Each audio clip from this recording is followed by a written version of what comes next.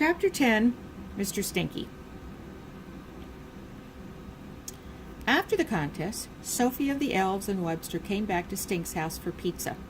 Sophie passed the shiny golden clothespin trophy around for everybody to see. "Are you sure you're not mad about the contest?" Sophie asked Stink. "I know how much you wanted to win and get the golden clothespin trophy and everything." "That was before," said Stink, "before I knew my friend was going to take me to the air freshener factory." "Hint, hint," Sophie giggled. "And before I got to meet Professor Smeller in person and be a junior sniffer for a day. He told me I have the nose. What could be better than that? And I got something even smellier than a golden clothespin today." "What?" Sophie asked. "Spill it," said Webster. "I can't spill it," said Stink. "Never ever." He held out the vial around his neck. In his vial is something even more vile than stinky perfume. Stinkier than CHSEH? Skunk spray? Smelliest of all smells. Stink waved the open vial in front of their nostrils. P.U. Webster ran for the window. Sophie's eyes watered. "Behold, genuine and for real Beauty corpse flower." Professor Smelly went to Washington, D.C. before coming to judge the contest. And he smelled a real corpse flower named Mr. Stinky. And he got to take scientific samples.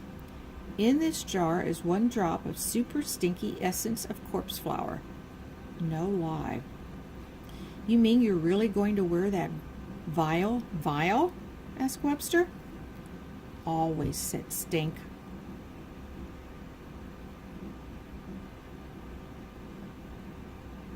"Now we're going to have to call you Super Stink," said Sophie of the Elves. "Then I'll have to call you Sophie of the Smells." "Hey, no fair," said Webster. "You're Super Stink, and she's Sophie of the Smells. I want a smelly name, too." Webster. "How about the Smelster?" said Stink. "Perfect," said the Smelster. "Not all your friends are smelly, Stink," said Judy. "How'd you get the name Stink, anyway?" asked Sophie of the Smells. "Her," said Stink, pointing to Judy. I'll tell it," Judy said. "See, when Stink was a baby, Dad started calling him Peanut. I was jealous because Dad had always called me Peanut. So I tried to think up a new name. Then one day, Dad was changing Stink's dirty diaper." "Ew," said Webster, pinching his nose. "If you want to be a master sniffer, you have to be able to smell dirty diapers," said Stink. "Professor Steve said so." "Okay, Professor smells himself a lot," said Judy. "Anyway, it was really stinky. So I started singing this song I learned in preschool." "Don't sing it," said Stink, covering his ears. "Sing it," said Webster and Sophie. "It sounds like Old MacDonald had a farm."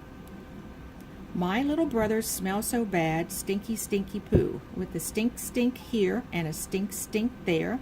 Here a stink, there a stink, everywhere a stink, stink. My little brothers smell so bad, stinky, stinky poo."